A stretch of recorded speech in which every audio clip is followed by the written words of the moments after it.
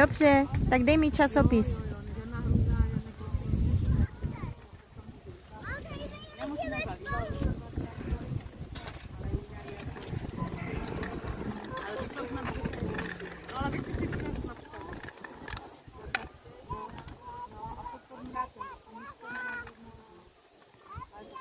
Na to koupání, no. Jo, pro nás je to dobré, že? A my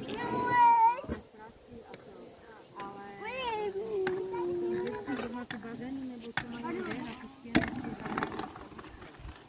Počkej, to je lid spodem, ne? No,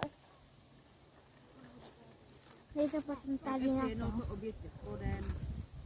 Spodem, říkám, Oni se dostali.